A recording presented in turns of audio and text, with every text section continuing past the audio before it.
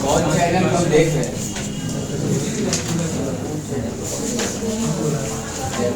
चलिए फिजिक्स निकालेंगे, फिजिक्स, ठीक है।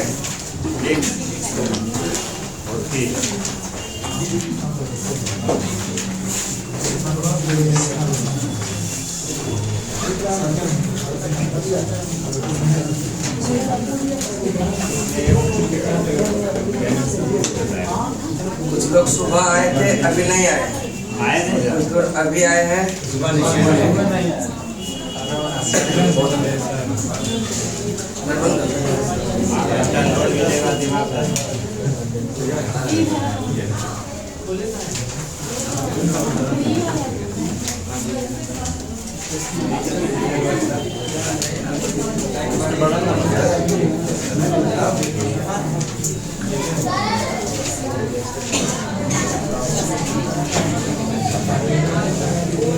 निकाल लीजिए पेज नंबर 251, 250, ठीक है।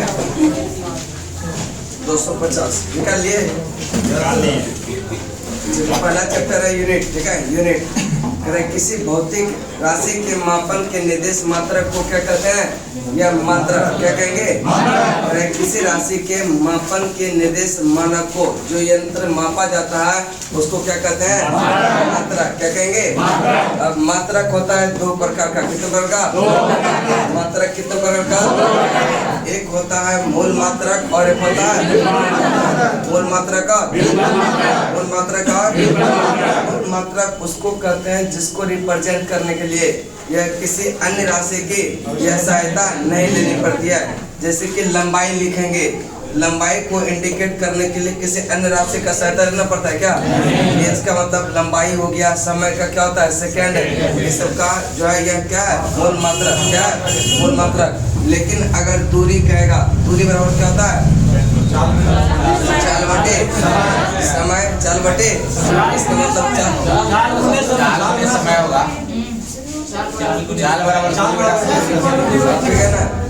दूरी बटे समय, ठीक है। ये क्या हो गया? दूरी का क्या होता है? मीटर।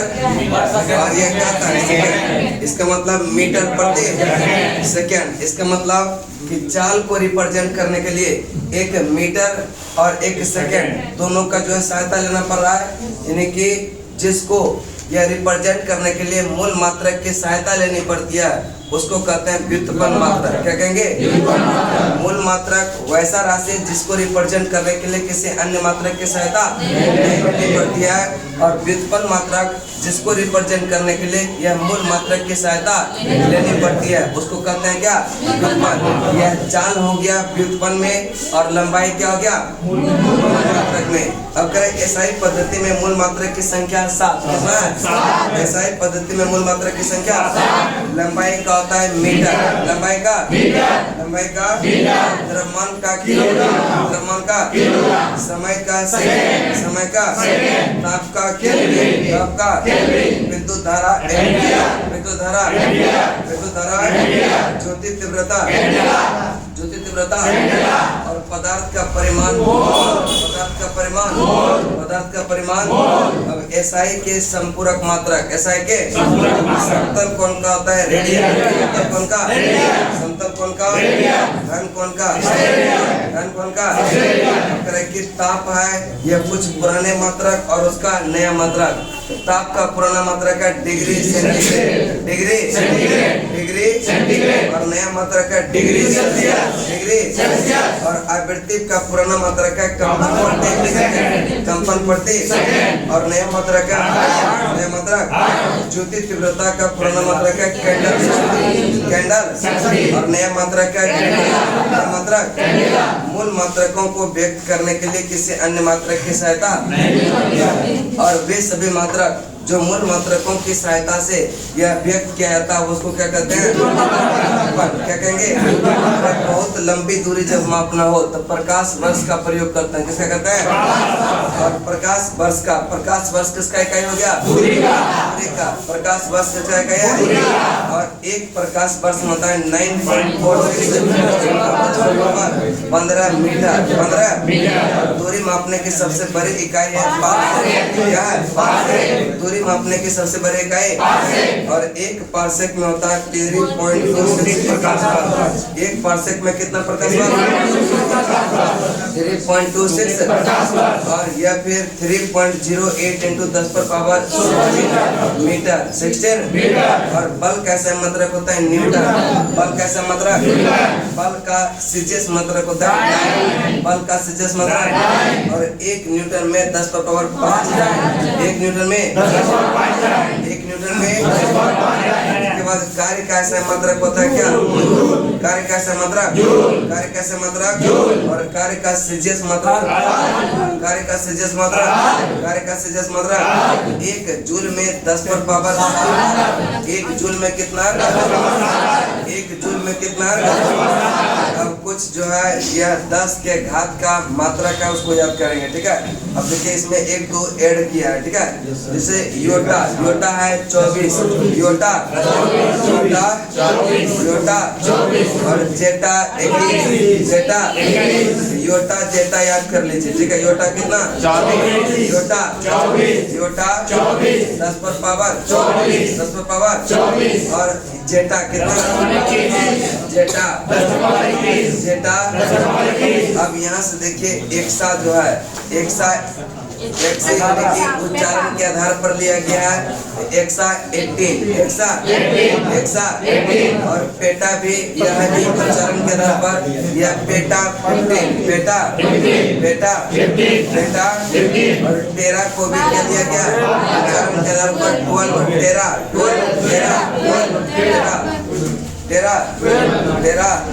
बताएंगे। योटा 24।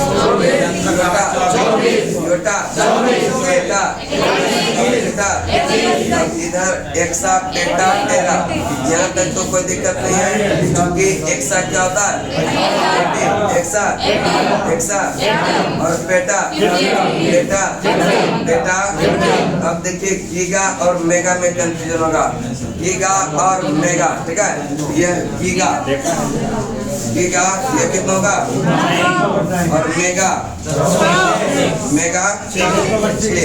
याद रखिएगा, मेगा मतलब मिनी छोटा। ठीक है, और गीगा 10 पर पावर 9। ठीक है, जहाँ भी गीगा और मेगा में कंफ्यूजन होगा यह दिमाग में रखना है कि मिनी मतलब मेगा मतलब मिनी मतलब कि गीगा से छोटा। इसका मतलब गीगा कितना हो जाएगा? 10 पर पावर 9। 10 पर पावर गीगा कितना? 10 पर पावर। और यह मेगा कितना? मेगा कितना बताएंगे? एक्सा 13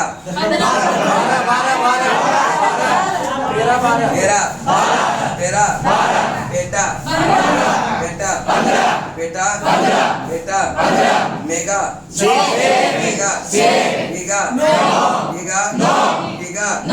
और किलो हेक्टो डेका या तो ठीक नहीं। चलिए एक बार रिपीट कर देते हैं, को नहीं देखने को। ठीक है, बताएंगे योटा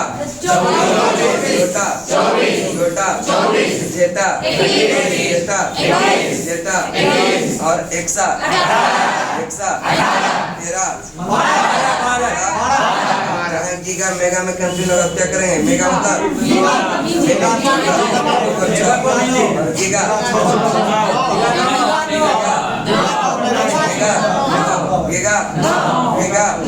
गीगा और किलो तो सबको याद है। Kilo hecto Deka. उसके बाद नेक्स्ट माइनस कर सकते हैं। ठीक है, तो अब ये योटा का होता है योटो। क्या है? ये योक्टो क्या है? योक्टो होता है 10 पर पावर -24। 10 पर पावर योक्टो 10 पर पावर -24 योक्टो और जेप्टो 10 पर पावर यह योक्टो और जेप्टो याद रखिएगा, योक्टो और जेप्टो। योक्टो 10 पर पावर माइनस 24 और जेप्टो 10 पावर माइनस।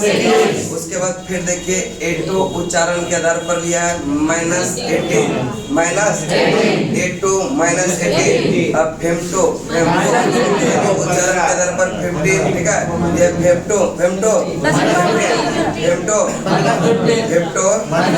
उसके बाद पीको वाला याद रखना, पीको वाला याद करना होगा, ठीक है। पीको कितना है 10 पावर माइनस 12। पीको कितना 10 power minus pico pico pico.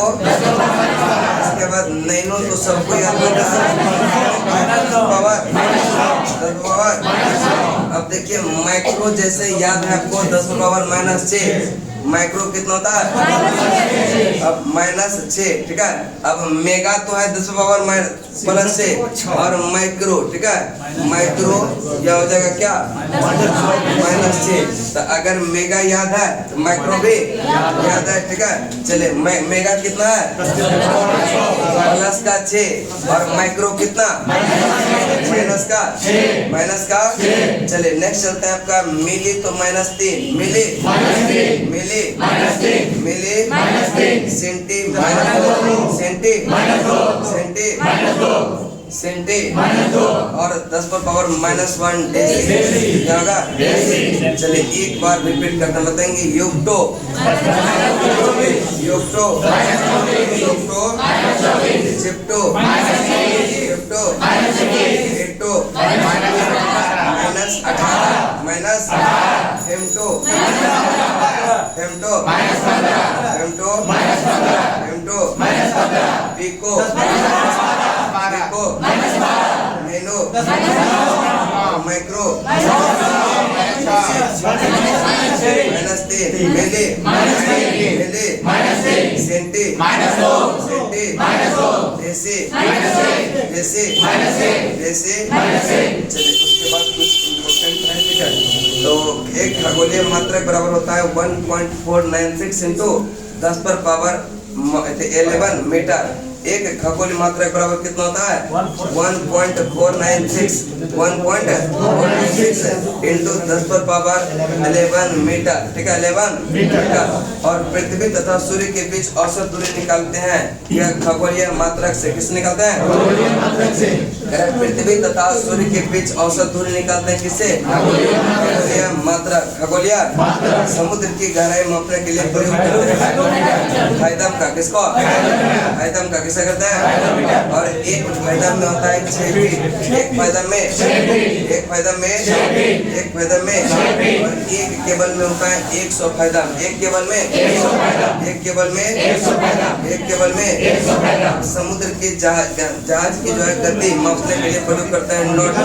किसका नॉट का। समुद्री जहाज का गति मापने के लिए नॉट का। किसका और नॉट बराबर होता है एक नॉट बराबर जो होता है 0.5144 मीटर प्रति सेकेंड। कितना होता है 0.5144 मीटर प्रति सेकेंड।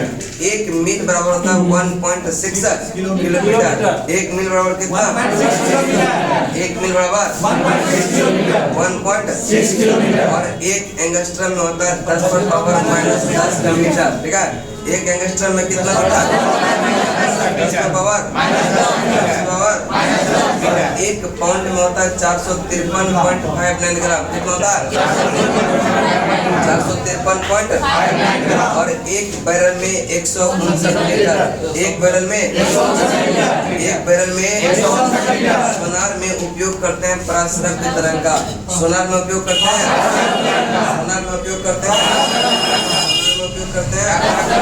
और शक्ति का मात्रक होता है शक्ति का मात्रक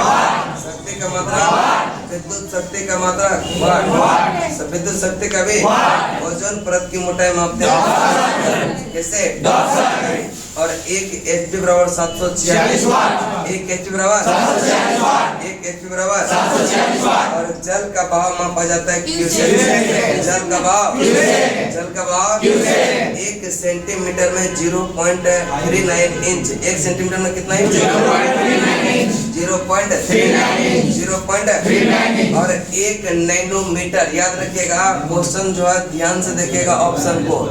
1 नैनोमीटर अगर मीटर में ऑप्शन दिया होगा तब तो माइनस का 9 मीटर होगा, लेकिन सेंटीमीटर में दिया होगा यह 10 पावर माइनस का 7, 10 पावर माइनस का 7। याद रखिएगा 1 नैनोमीटर, ठीक है, 1 नैनोमीटर बराबर 10 पावर माइनस 7 सेंटीमीटर, ठीक है। यहाँ सारा ऑप्शन देगा, ऑप्शन ए में ही दे देगा 10 power minus 9 centimetre, option B में देगा 10 पावर माइनस 7 सेंटीमीटर। जैसे देखिएगा नैनो है तो 9 मार के निकल जाएंगे, है कि नहीं। लेकिन ऑप्शन पढ़ लीजिएगा कि सेंटीमीटर में है या मीटर में। ये क्वेश्चन पूछ लिया गया है इसलिए बोले क्या। चलिए उसके बाद है यह कैलोरी जो है इकाई है किसका, ऊष्मा का। कैलोरी इकाई है, कैलोरी इकाई है उच्च वेग मैक संख्या, उच्च वेग तरंगदैर्घ्य को तरंगदैर्घ्य को और 1 माइक्रोन होता है 10 power minus 6 metre, 10 power minus anemometer से मापते हैं पवन की वेग या वायु की गति, पवन वेग या ध्वनि की तीव्रता ऑडियोमीटर, ध्वनि की तीव्रता ध्वनि की तीव्रता ध्वनि की तीव्रता। दो वस्तुओं के बीच कोणीय दूरी को मापा जाता है सेक्सटेंट से। किसे? सेक्सटेंट। किसे? सेक्सटेंट को से बोलते हैं। चले सेक्सटेंट किसे? सेक्सटेंट से करे कि पायरोमीटर, ठीक है। पायरोमीटर जो है यह आधारित है किस पर, स्टीफन के नियम पर, स्टीफन के नियम पर पायरोमीटर आधारित है किस पर, स्टीफन के नियम पर। सोलर रेडिएशन को मापने के लिए प्रयोग में करते हैं पायरोमीटर, गैस का दाब मापा जाता है मैनोमीटर, गैस का दाब वायुमंडलीय दाब, वायुमंडलीय दाब। दूध की अपेक्षित घनत्व मापा जाता है, दूध की अपेक्षित घनत्व, वायुमंडल की सापेक्ष आर्द्रता है।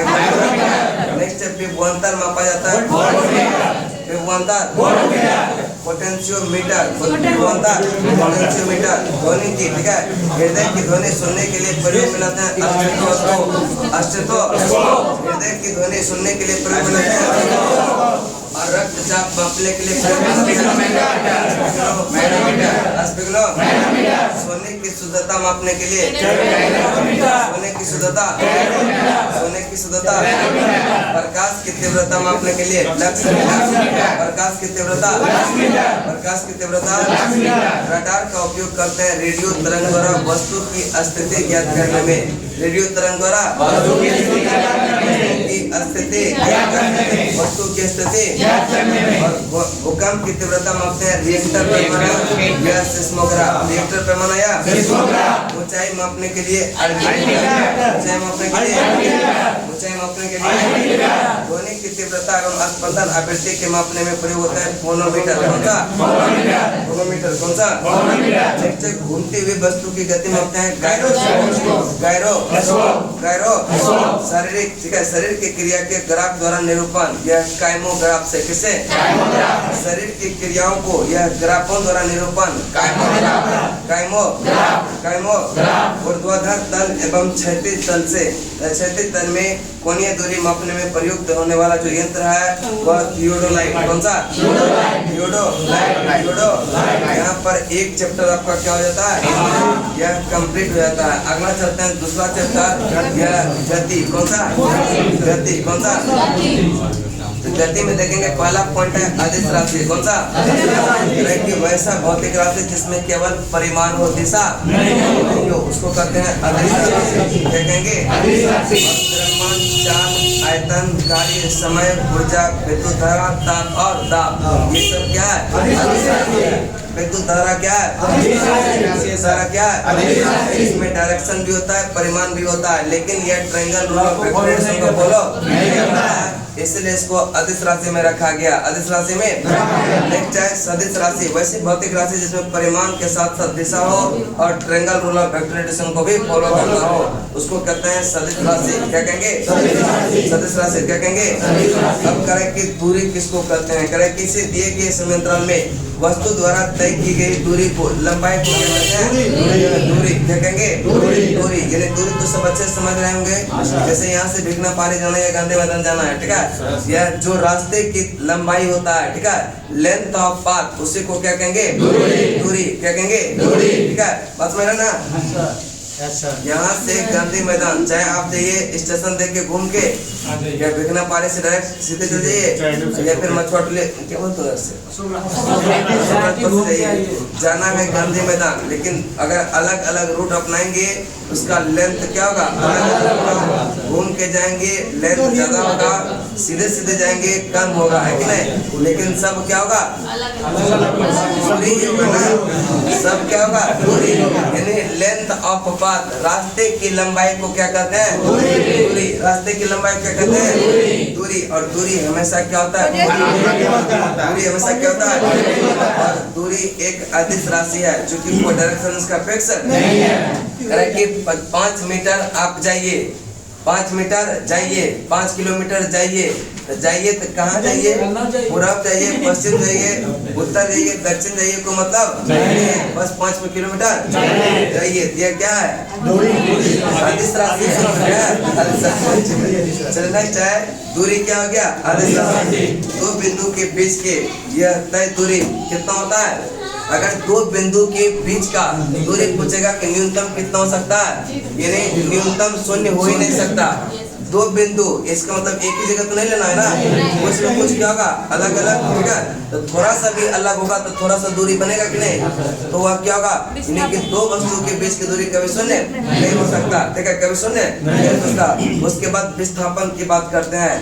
एक निश्चित दिशा में दो बिंदु के बीच के लंबवत दूरी को क्या कहते हैं? विस्थापन कहते हैं। लंबवत दूरी को कहते हैं विस्थापन। और विस्थापन क्या होता है? क्योंकि इसमें डायरेक्शन फिक्स होता है। जैसे कि आप यहाँ पर है नाथुन लेन है ना, ये यहाँ से जो है ये गांधी मैदान, ठीक है, और फिर जो है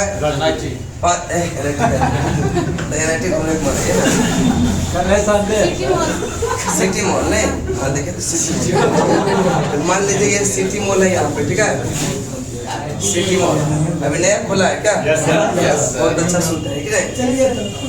हाँ चलेंगे आज नहीं कल, ठीक है, कल सैटरडे को सबको चलेंगे सिटी मॉल लेके, ठीक है। तो यहाँ से अगर चलना प्रारंभ करता है, मान लीजिए सिटी मॉल के दूरी कितना है? 7 किलोमीटर, ठीक है, 7 किलोमीटर। तो ये करे कि नाथुन लेन से जाना है हमको कहाँ? सिटी मॉल, ठीक है, सिटी मॉल। और उसकी लंबाई कितना है? अब सिटी मॉल जाने के लिए रास्ता सिर्फ ये ही नहीं है, आप डाक बंगला होते जा सकते हैं, ठीक है, और जो है इससे भी नहीं होगा, यहीं से राजेंद्र नगर से जाइए, ठीक है, राजेंद्र नगर से भी जा सकते हैं, मेरिन ड्राइव होते हुए जा सकते हैं। लेकिन ये जो होगा, आप राजेंद्र नगर जाइए, डाक बंगला चौराहा जाइए, ये जो होगा यह क्या होगा? डिस्टेंस होगा, क्या होगा? डिस्टेंस। लेकिन यह करें कि फाइनल पॉइंट यानी कि इनिशियल पॉइंट और फाइनल पॉइंट के बीच के जो न्यूनतम दूरी होगा, न्यूनतम तो सीधे सीधे रास्ता होगा ना, न्यूनतम दूरी को क्या कहते हैं? यह विस्थापन कहेंगे। क्या कहेंगे? यानी कि प्रारंभिक बिंदु जहां से आप स्टार्ट किए और फाइनल बिंदु जहां आपको जाना है, उसके बीच के न्यूनतम दूरी को क्या कहेंगे? विस्थापन। क्या कहेंगे? इसमें फाइनल पॉइंट और यह अंतिम इनिशियल पॉइंट दोनों फिक्स होता है ना, दोनों के लंबवत दूरी को क्या कहते हैं? विस्थापन। क्या कहेंगे? कि विस्थापन पॉजिटिव भी हो सकता है, नेगेटिव भी हो सकता है और शून्य भी हो सकता है, ठीक है, शून्य भी हो सकता है। ठीक है, कैसे होता है? मान लीजिए ये आपका इनिशियल पॉइंट है, ठीक है, इनिशियल पॉइंट है, कहेगा कि आप सिटी मॉल जाइए, चले गए 7 किलोमीटर, ठीक है, फिर कहेगा कि आइए आगे कहाँ पर आगे, फिर ठीक है, यहाँ पर विस्थापन जो हो गया वह देखिए, सिटी मॉल जाइए 7 किलोमीटर गए, इसका मतलब पॉजिटिव में गए कि नहीं गए ना, बोलेगा कि फिर आइए आगे क्लासरूम में, इसका मतलब विस्थापन यहाँ पर क्या होगा? देखिए चूंकि फाइनल पॉइंट और इनिशियल पॉइंट दोनों एक ही बिंदु है ना, इसका मतलब यहाँ पर डिस्टेंस 0 होगा कि नहीं? विस्थापन नहीं होगा, विस्थापन क्या है? दोनों के बीच फाइनल पॉइंट और इनिशियल पॉइंट दोनों एक ही जगह है, उसका दूरी क्या जगह? जीरो, दूरी जीरो इसका मतलब विस्थापन क्या हो गया जीरो, यानी कि जीरो समझ में आ गया। अब कह रहा है कि 7 किलोमीटर जाइए सिटी मोड, ठीक है। अब बोले कि नहीं यहाँ पे नहीं, थोड़ा सा और दूर चले जाइए, फिर कहेगा कि 11 किलोमीटर आइए, आगे कितना सब्जी मंडी, ठीक है। तारामंडल क्या है, तारामंडल भी अगर घूम के आएंगे तो पॉजिटिव में ही रहेगा ना, आगे ही चले गए ना। जब तक आप इनिशियल पॉइंट से पीछे नहीं चले जाएंगे, भेजे हैं आपको 7 किलोमीटर, बुला ले रहे हैं कितना 11, यहाँ पर जो -3 हो गया, इसका मतलब यहाँ जो अब लास्ट वाला कितना हो गया, और यहाँ पे ये दोनों के बीच माइनस वाला हो गया, इसका मतलब क्या हो गया, यह नेगेटिव, इसका मतलब विस्थापन पॉजिटिव, जीरो और शून्य, शून्य और नेगेटिव ये तीनों हो सकता है, ठीक है। एक याद रखिएगा, डी हमेशा विस्थापन से बड़ा होगा, यह तो इक्वल होगा, ठीक है। डी जो है यानी डिस्टेंस हमेशा विस्थापन से बड़ा होगा या फिर क्या होगा, बड़ा होगा। जैसे बोलेंगे 7 किलोमीटर सिटी मॉल जाइए, इसका मतलब आप यही डिस्टेंस ट्रेवल किए हैं, इसका मतलब क्या, विस्थापन भी 7 किलोमीटर है और दूरी भी क्या है 7 किलोमीटर है। और अगर बोलेंगे यह आप जाइए तो आपका मन नहीं लगता, किसी के संग चाहेंगे घूमिए तो जाइए, ठीक है, घूम के जाइएगा, कैसे जाइएगा ना, इसका मतलब डिस्टेंस ट्रेवल किया, विस्थापन तो वो नहीं हुआ ना, इसका मतलब जब भी डिस्टेंस होगा विस्थापन से क्या होगा, बड़ा होगा या तो विस्थापन के इक्वल होगा। विस्थापन से दूरी कभी छोटा नहीं हो सकता, नहीं हो सकता है, ठीक है। तो दूरी समझ में आ गया, विस्थापन समझ में आ गया। उसके बाद है त्वरण, करें किसी वस्तु के वेग में परिवर्तन की दर को त्वरण कहते हैं। वेग में परिवर्तन की दर को क्या कहते हैं, यानी कि जो पहले वेग था और अंतिम वेग था, उसी में जो समय के साथ चेंज होता है, यानी कि मान लीजिए कि अंतिम वेग है v, प्रारंभिक वेग है u, दोनों में जो चेंज होता है उसी को कहते हैं त्वरण, क्या कहेंगे, ठीक है। यानी कि फाइनल वेलोसिटी माइनस प्रारंभिक वेलोसिटी बटे टाइम, यानी वेग परिवर्तन की दर को ही क्या कहेंगे, क्या कहेंगे, त्वरण कहेंगे। और यह इसका ऐसा है मात्रा कब, देखिए वेग में वेग को घटाएंगे तो क्या होगा, वेग ही होगा ना, वेग ही होगा ना, वेग का मात्रा क्या होता है सेकेंड, और नीचे में 1 सेकेंड है ये, तो क्या हो जाएगा सेकेंड स्क्वायर होगा, इसका मतलब मीटर प्रति सेकेंड स्क्वायर। इसका मतलब यह त्वरण का जो ऐसा मात्रक हो जाएगा वो क्या हो जाएगा, मीटर प्रति सेकेंड स्क्वायर, मीटर प्रति सेकेंड स्क्वायर। त्वरण एक सदिश राशि है, इसमें डायरेक्शन फिक्स होता है, ठीक है। डायरेक्शन जब तक नहीं होगा और जितना बार देखेगा डायरेक्शन मूव करेगा, उसका त्वरण क्या होता है, चेंज होते रहता है, ठीक है। और यदि समय के साथ वस्तु का वेग घटता है तो यह त्वरण ऋणात्मक होता है, जिसे कहते हैं मंदन। एक समान वेग से गतिशील पिंड का त्वरण क्या होता है, शून्य होता है। अगर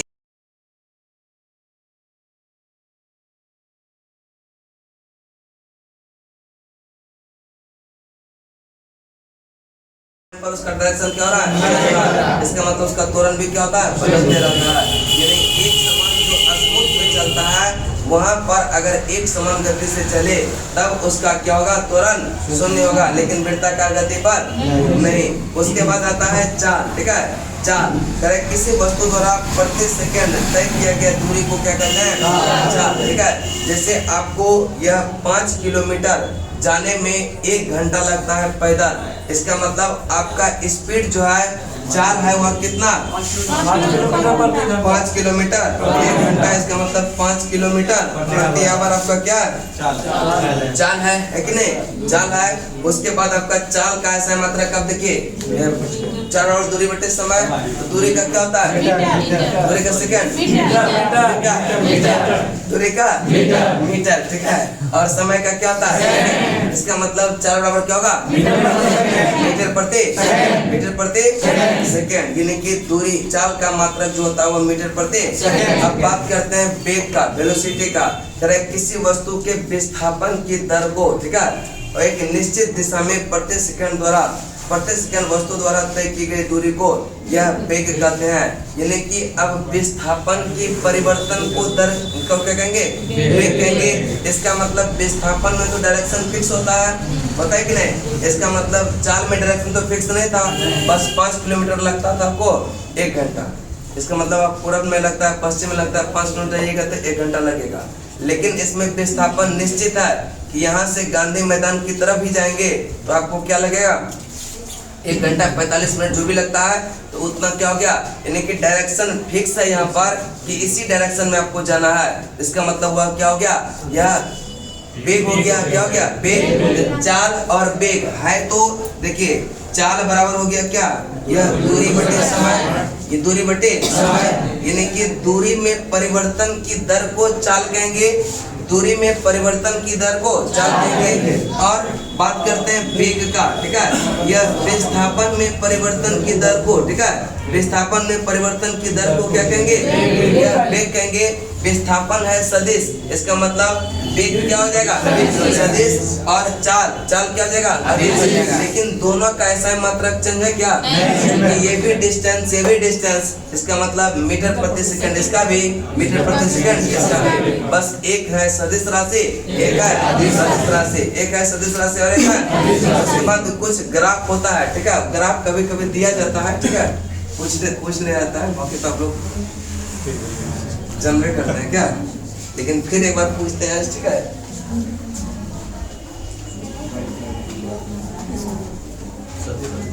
चलिए एक दो को ग्राफ पे देखिए। सबसे पहले ये आपका उलट दीजिए सर, अभी चुप रहिए ना, ये टी है, ये पी है, ये ओ है, ठीक है। देखिए वो लगता है कि फिजिक्स पढ़े हैं, नहीं,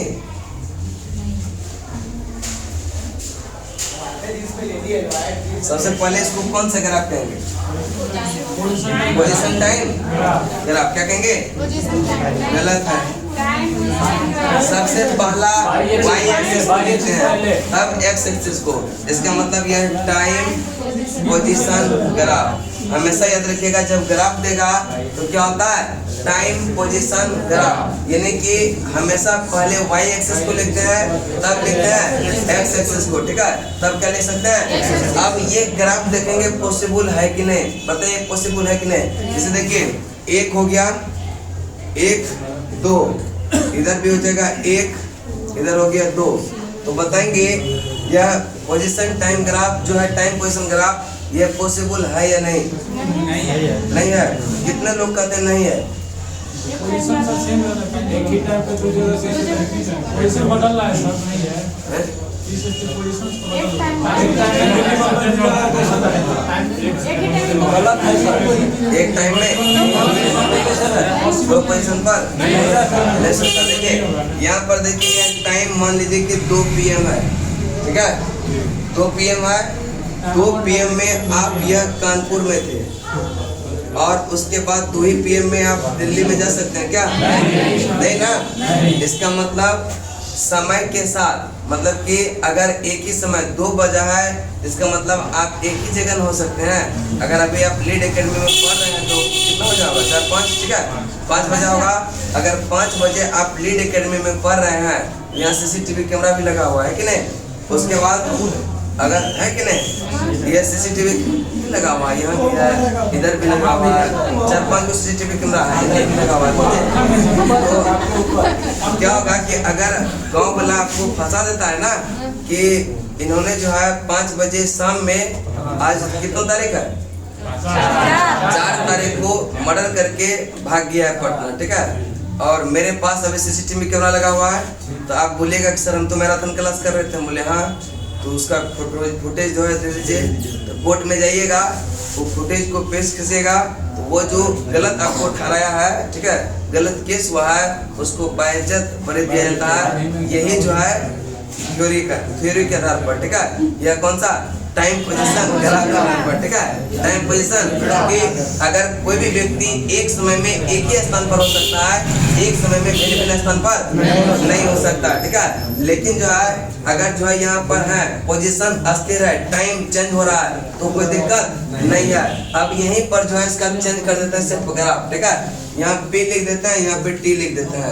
अब यहाँ पर क्या होगा, यह पोजीशन टाइम ग्राफ, जो कि P वाला यानी y एक्सिस वाला पहले लिखेंगे और बाद में लिखेंगे क्या, तो अब देखिएगा पोजीशन आपका, ठीक है, इस पोजीशन पर है, यानी कि यह लीड एकेडमी है, ठीक है, लीड एकेडमी है, और यहाँ पर आपका बजा है 5, और यहाँ बजा है 6, यहाँ बजा है 7, और यहाँ बजा है 8 और यहाँ बजा है 9।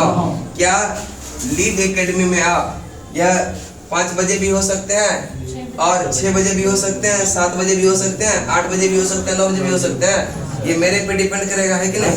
अगर छोड़ देंगे तो आप लोग रूम चले जाइएगा, अगर नहीं छोड़ेंगे तो 9 बजे तक बैठल रहिएगा।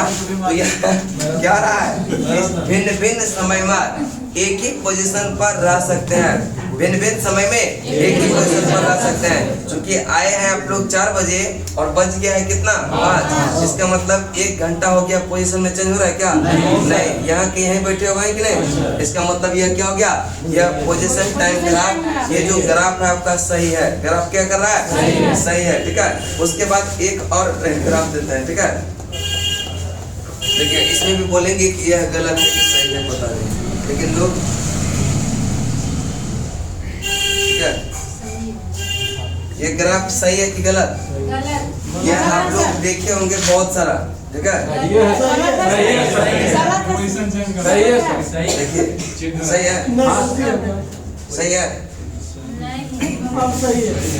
सही है तो है। घूम के वहीं जा रहा है। सही है। नहीं गलत है, सही सही। इधर वाला इधर सही है, पहला वाला सही है, दूसरा वाला गलत है। एक मिनट, दोनों सही। नहीं सही है। दूसरा वाला गलत है, सही है। एक दूसरा पोजीशन,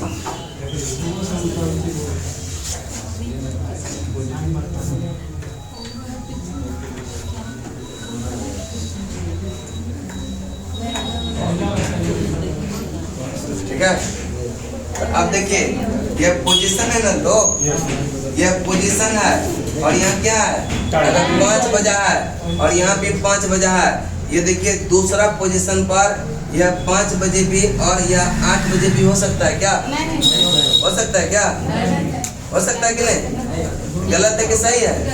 यह आप जो देखे होंगे ना, ये ग्राफ, ये किस में देखे होंगे? नहीं, डिस्टेंस कौन सा? प्रोजेक्टाइल मोशन में देखे होंगे। लेकिन यह मोशन की बात कर रहे हैं क्या? यहाँ तो हम पोजीशन टाइम ग्राफ दिए है ना, ऐसा ग्राफ सही होता है, लेकिन लिखा हुआ क्या है वो डिपेंड करता है ना। उसके बाद यहाँ पे देखिए, यानी कि टाइम आपका क्या हो जाएगा, मान लीजिए कि 2 है, इसका मतलब पोजीशन देखिएगा, दोनों भिन्न भिन्न क्या हो सकता है, यानी कि ये दोनों ग्राफ क्या होगा, गलत होगा कि नहीं? चूंकि देखो गलत होगा, दोनों गलत होगा ना, नहीं होगा। चूंकि देखिए बस सिर्फ टाइम पोजीशन चेंज हो रहा है ना। अगर डिस्टेंस टाइम ग्राफ रहता तब क्या होता, दोनों सही होता, दोनों सही होता। लेकिन पोजीशन टाइम ग्राफ में क्या है, दोनों गलत है कि नहीं? चलिए उसके बाद चलते हैं आपका प्रक्षेप गति, ठीक है। प्रक्षेप गति, अब प्रक्षेप गति का मतलब होता है कि कोई भी वस्तु को आप अगर फेंकेंगे वह हमेशा क्या होगा, यह प्रोजेक्टाइल मोशन में कोई भी वस्तु को अगर फेंके वह क्या होगा कि हमेशा वह मूव करेगा इस टाइप में, ठीक है। किसी भी वस्तु को अगर फेंकेंगे वह हमेशा क्या होगा, यह प्रोजेक्टाइल पाथ गमन करेगा, प्रोजेक्टाइल पाथ में गमन करेगा। जब कोई पिंड ऐसे नियत त्वरण के अपने अंतर्गत गति करता है, जिसकी दिशा पिंड के वेग की दिशा से क्या होता है, भिन्न होती है।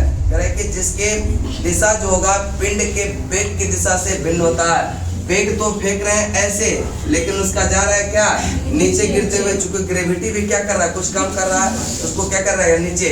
यानी कि वेग के यह दिशा से पिंड का जो दिशा होगा वह डिफरेंट होता है। इसका मतलब वो कौन सा, प्रोजेक्टाइल मोशन होता है। क्या होता है? और करें कि इसी कारण पिंड एक समतल में जो है वक्र पर गति करता है, और इस गति को कहते हैं प्रक्षेप गति। क्या कहेंगे? वक्राकार पथ को यह प्रक्षेप पथ कहते हैं। क्या कहेंगे? जो यह वक्राकार पथ है उसको कहते हैं प्रक्षेप गति। क्या कहेंगे? प्रक्षेप। नेक्स्ट चलते हैं, करें प्रक्षेप गति हमेशा परवलयाकार कैसा होता है। और उदाहरण के लिए जैसे धनुष से छूटा हुआ बाण, हवाई जहाज से गिराया गया बम, तोप से यह छूटा हुआ गोला, ये सब किसका उदाहरण है? प्रक्षेप गति का। जैसे किसी देखते हैं ना, मतलब जो निशानेबाज होता है वह इंसान को खड़ा कर देता है, ठीक है। उसके माथे पे सेब रख दिया जाता है, रखता है ना, और तीर धनुष से क्या करता है उसको ये मारा जाता है। तो जैसे ही वह मारेगा इसका मतलब वह डायरेक्टली सेब पर निशाना नहीं लगाएगा, सेब के थोड़ा सा ऊपर। अगर सेब पे निशाना लगाएगा ना तो उसके खोपड़ी में छेद कर देगा, समझ ना। अगर सेब पे निशाना लगाएगा तो उसके खोपड़ी में छेद हो जाएगा, तो दिक्कत है ना। ये अभी कोई भी निशानेबाज होता है वह क्या होता है, जहाँ पे निशाना मतलब जिसको लगाना होता है उससे जस्ट क्या होता है ऊपर, ठीक है। क्योंकि प्रोजेक्टाइल मोशन का यह थ्योरी कहता है कि जैसे जैसे मोशन आगे बढ़ेगा आपका जो पिंड है वह नीचे गिरता हुआ जाएगा, ठीक है, नीचे गिरता हुआ। तो आप लोग कभी बंदूक चलाए हैं? नहीं चलाए हैं? बहुत लोग चलाए भी होंगे, बहुत लोग नहीं चलाए होंगे, लेकिन पहला में तो चलाए होंगे ना। बैलून नहीं फोड़े हैं? तो क्या होगा कि जब बैलून फोड़ने लग जाता है तो एकदम एम लगाते हैं बैलूने पे, बैलून कोई फोड़ता है, लेकिन थोड़ा सा ऊपर लगाते तो आज तक आप लोग क्या होता बहुत बैलून फोड़ चुके होते हैं कि नहीं? फोड़ दिए हैं? फोड़े हैं नहीं? चलिए बहुत अच्छा फोड़े हैं कि प्रोजेक्टाइल मोशन आप लोग को उसमें पता था, इसलिए से फोड़ अच्छा था इसको। चलिए नेक्स्ट हाँ, तो वही अंदाज हुआ, बहुत सारा एकदम मार दिया अचानक, बहुत सारा देखते हैं ना एग्जाम देता है लोग, अगर कोई गलती से एग्जाम निकल जाता है, गलती से नौकरी लगता है, थोड़ा सा एक अगर मिस हो जाता है उसके बाद नौकरी नहीं लगती, दिक्कत ये हो जाए। किसी किसी का देखिएगा इंटर करके आता है और एक आध बार एयरफोर्स नेवी का एग्जाम देता है, उसी में हो जाता है, सब कुछ हो जाता है, और उसको तुरंत उसका नौकरी मतलब 5-6 महीना रहता है, नौकरी लेके चला जाता है। कितना भाग्यशाली होगा, समझ ना। अब पूरा देश विदेश घूमते रहता है, आज अमेरिका में, कल कनाडा में, परसों यहाँ वहाँ, समझ ना। चलने चलते हैं प्रक्षेप गति, यह क्या है ध्रुवीय विमीय गति होता है, क्या होता है, क्योंकि यह एक्स एक्सिस और वाई एक्सिस दोनों में वो करता है। नेक्स्ट है प्रक्षेप को जो है अधिकतम दूरी फेंकने के लिए, जो नीरज चोपड़ा भी भाला फेंका है ना, यह अधिकतम दूरी फेंकने के लिए वह 45 डिग्री के आसपास वह क्या करता है एंगल बनाता है। अगर 45 डिग्री एग्जैक्ट एंगल बनेगा वह सबसे लंबी दूरी तक जाएगा। अगर हाइट सबसे ज्यादा फेंकना होगा यह है 90 पर, कितना पर 90 डिग्री पर, ठीक है, 90 डिग्री पर। उसके बाद है वृत्तीय गति, वृत्तीय कि कोई वस्तु अगर वृत्ताकार पथ पर मूव कर रहा है इसका मतलब वह वृत्तीय गति में है, ठीक है। किस गति में है? यानी कि कभी आप चलाए हैं साइकिल, ठीक है, और ये देखे हैं कहाँ पर मौत का कुआं में देखते होंगे, ये कोई गोलंबर पे घूमते हैं कि नहीं? जो घूमते हैं इन्हें कि वृत्ताकार, ठीक है, वृत्त के आकार जैसा जो गोलंबर है और उस पर जो भी पाथ मूव कर रहा है, ठीक है, जो भी बॉडी मूव कर रहा है इसका मतलब वह किस गति में है? वृत्ताकार गति में। वृत्ताकार अरे यदि कोई वस्तु एक समान चाल से वृत्ताकार गति पर जो है वृत्ताकार पथ पर यह गति कर रहा तो उसको कहते हैं एक समान वृत्तीय गति। क्या कहेंगे? एक समान वृत्तीय गति, एक समान करे कि यदि गति करे तो उसे कहते हैं एक समान वृत्तीय गति। और वृत्तीय गति होती है एक त्वरित गति। क्या होता है? बताए थे कि इसमें जो है त्वरण समान है लेकिन गति समान है, लेकिन डायरेक्शन क्या हो रहा है? हर एक पॉइंट पर चेंज हो रहा है, ठीक है, हर एक पॉइंट पर चेंज हो रहा है। इसका मतलब वह क्या रहा है? यहाँ पर त्वरण भी उत्पन्न हो रहा है, त्वरण भी उत्पन्न। उसके बाद है डोरी से बंधे हुए यह पत्थर को तेजी से यह वृत्ताकार में घुमाया जाता है तो डोरी टूट जाने पर यह पथ जो है पत्थर क्या होता है? स्पर्शता यह रैखिकता क्या होता है? हो जाता है। कभी बचपन में जो है यह धागा लेके, ठीक है, उसको जो है ऐसे किया है ना, ये हो गया, ठीक है, वो क्या होगा? खूब जोर से करते रहिए और अचानक छोड़ दीजिए, वह कह रहा है कि स्पर्शता, इसको स्पर्श करते हुए क्या होगा? रैखिकता हो जाता है, ठीक है, रैखिकता हो जाता है, ठीक है। चलिए उसके बाद चलते हैं, कह रहा है कि कोणीय वेग, कोणीय कह रहा है कि वृत्ताकार मार्ग पर गतिशील कण को यह वृत्त के केंद्र कुछ है क्या? आइए अंदर, आइए आइए अंदर, क्लास करना है, बैठिए बैठिए बैठिए।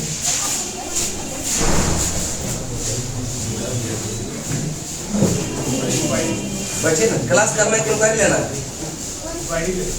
क्लास ही कर लीजिए, क्या दिक्कत? बाद में कर ले लीजिएगा क्या? आराम से आए 3-4 घंटा पढ़ लीजिए, समझे? कहीं जरूर नहीं ना है? चलिए बहुत बढ़िया।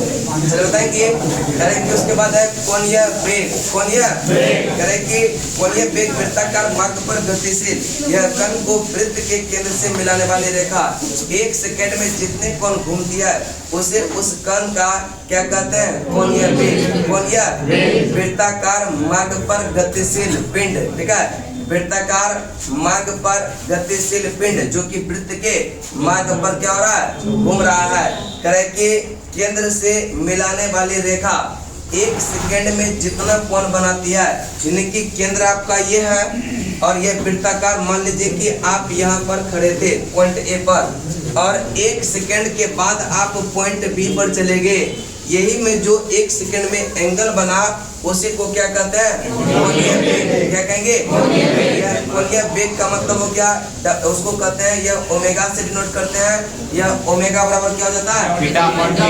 यह थीटा बटे यानी कोणीय वेग तो समझ में आया होगा कि जब कोई बॉडी वृत्ताकार पथ पर मूव कर रहा है तो वह जो है केंद्र से परिधि तक के जो मिलाने वाली रेखा होता है, वहाँ अगर पॉइंट ए पर है और कुछ समय तो लगेगा ना पॉइंट बी पर जाने में, अगर 1 सेकंड में जितना कोण बनाती है, ठीक है, 1 सेकंड मूव करने में जितना कोण बनाती है उसी को कहते हैं क्या? कोणीय वेग। क्या कहेंगे?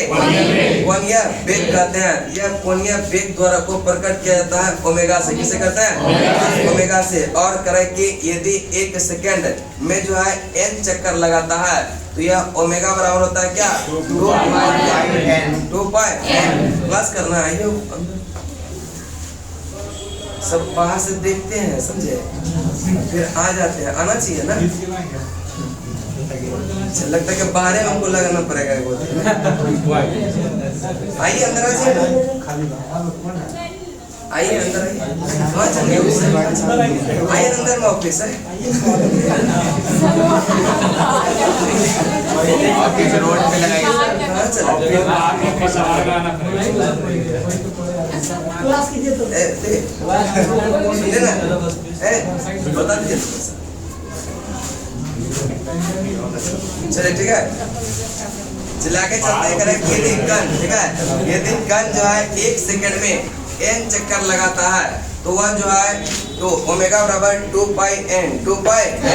अब करें कि यदि 1 सेकंड में n चक्कर लगा रहा है, अगर यह 1 चक्कर लगा रहा होता तो अगर देखिए आधा चक्कर लगाता यहाँ तक 1 सेकंड में, इसका मतलब 180 डिग्री एंगल यह तय करता कि नहीं? क्योंकि पूरे वृत्तीय कोण जो होता है वह कितना होता है कि नहीं?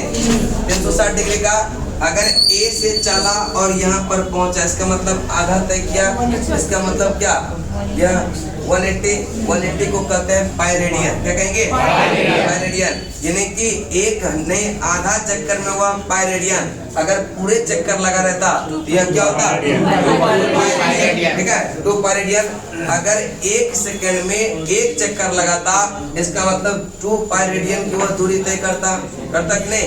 लेकिन कह रहा है कि अगर 1 सेकंड में अगर वह 1 चक्कर लगाता तो 2 पाई, अगर 2 चक्कर लगाता तो 2 से गुना कर देते, ठीक है, 2 से गुना कर देते। अगर 3 चक्कर लगाता तो 3 से गुना कर देते। कह रहा है कि नहीं, 1 सेकंड में वह n चक्कर लगा रहा है, इसका मतलब 2 पाई n। इसका मतलब 2 पाई n, ठीक है, 2 पाई n, ये ठीक है ना।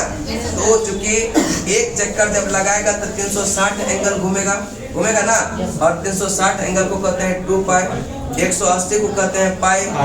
अगर 1 ही चक्कर लगाता यह 2 पाई का सिर्फ दूरी तय करता, लेकिन वह क्या कर रहा है? करे 1 सेकंड में n चक्कर लगा रहा है। अगर 1 चक्कर लगाता तो 2 पाई, 2 चक्कर लगाता तो 4 पाई, 3 चक्कर लगाता तो 6 पाई, रहता कि नहीं? लेकिन करे कि 1 सेकंड में कितना n चक्कर, कितना n चक्कर लगा रहा है, इसका मतलब 2 pi into n, 2 pi into n, ठीक है। उसके बाद यदि मार्ग की त्रिज्या r यह 1 सेकंड में n चक्कर लगाता है, यह उसके द्वारा 1 सेकंड में चली गई दूरी यह वृत्त की परिधि इंटू क्या हो जाएगा? इन्हें अगर कहेगा कि मार्ग का त्रिज्या क्या है, यहाँ आर है, मार्ग का त्रिज्या क्या है? कण 1 सेकंड में यह n चक्कर लगाता है, उसके द्वारा 1 सेकंड में जो चली गई दूरी होगा यह वृत्त की परिधि इंटू क्या हो जाएगा? यह n होगा, वृत्त की परिधि इंटू। अब चूंकि देखिए अगर दूसरा पॉइंट लेंगे हम, यानी कि इसका अगर डिस्टेंस यहाँ से क्या था का r, अगर वह 1 चक्कर लगाता पूरे तो कितना दूरी तय करता है? 2 पाई r, चूंकि वृत्त का परिधि क्या होता है? अगर 1 चक्कर लगाता तो 2 पाई r, 1 चक्कर लगाता तो 2 पाई r, करेक्ट कि अगर 2 चक्कर लगाता तो 2 से गुना करते, 2 से गुना करते, अगर 3 चक्कर लगाता तो 3 से, करेक्ट कि नहीं? n चक्कर लगा रहा है, इसका मतलब क्या हो जाएगा? 2 पाई r इंटू n, इसका मतलब 2 पाई r n। अब यहाँ पर देखिए 2 पाई n तो इधर पहले से है, 2 पाई n है कि नहीं? इसका मान क्या है? ओमेगा इंटू क्या हो जाएगा? r, omega into r। इसी को कहते हैं कि रेखीय चाल जो होता है यह ओमेगा क्या है? कोणीय चाल ना, इंटू त्रिज्या, कोणीय चाल इंटू त्रिज्या, कोणीय चाल इंटू। बात समझ में है कि नहीं? है ना? चले उसके बाद है न्यूटन के गति का नियम। न्यूटन के गति का नियम, न्यूटन के गति का नियम कैसे आया? रेखीय चाल बराबर कोणीय चाल इंटू त्रिज्या। बात समझ में है कि नहीं सबको? है ना? चले उसके बाद है न्यूटन के गति का नियम। भौतिक के पिता कहते हैं किसको? न्यूटन के। भौतिक के पिता किसको? न्यूटन ने गति का नियम जो प्रतिपादित किया 1687 किस पुस्तक में? किसमें? और करें न्यूटन के प्रथम नियम, ठीक है, फर्स्ट लॉ ऑफ न्यूटन, ठीक है, फर्स्ट लॉ ऑफ न्यूटन। यदि कोई वस्तु विराम में है वह विराम अवस्था में ही यह रहना पसंद करेगी, और यदि वह एक समान चाल से सीधे रेखा में चल रही है वह वैसे ही चलती रहेगी जब तक कोई उस पर बार बार नहीं किया। जो सुबह में यहाँ पढ़ाए थे हम, क्या चल रहा था? पॉलिटी। जब पॉलिटी का क्लास 6 घंटा का किए आप लोग या 5 घंटा का किए, तो जब रूम गए होंगे आराम से खाना खाए होंगे और तब तक सोने का मन किया होगा जब तक कि लगा होगा आप क्लास लेट ना हो जाए, यानी कि अपना अवस्था को क्या किए थे आप लोग? बनाए रहते थे तब तक जब तक ये टेंशन ना हुआ कि क्लास, यानी क्लास यहाँ पर बाहरी फोर्स लगाता रहा था कि उठिए क्लास का टाइम हो रहा है कि नहीं? यहाँ पर क्या हो रहा है? न्यूटन साहब ने यही बताया था, ठीक है, कि जो भी अवस्था में कोई पिंड है उसी अवस्था में रहना पसंद करेगा जब तक कि उस पर कोई बार न करे। अब देखते हैं ना, जब गर्मी का दिन रहता है, पंखा जब आप लेटे हुए रहते हैं, ठीक है, तो अगर पंखा वैसे भी बंद है, जब तक आप पूरा पसीना से तरबतर नहीं हो जाएंगे तब तक फैन को ऑन नहीं करेंगे।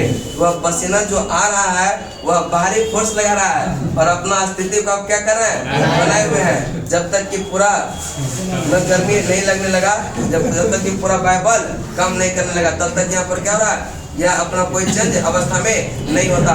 वही कह रहे कि जो भी पिंड है वह जिस अवस्था में है, अगर वह गति की अवस्था में है तो गति करना पसंद करेगा, अगर वह विराम की अवस्था में है यह विराम में ही रहना पसंद करेगा तब तक जब तक उस पर कोई बाहरी बल काम न करे।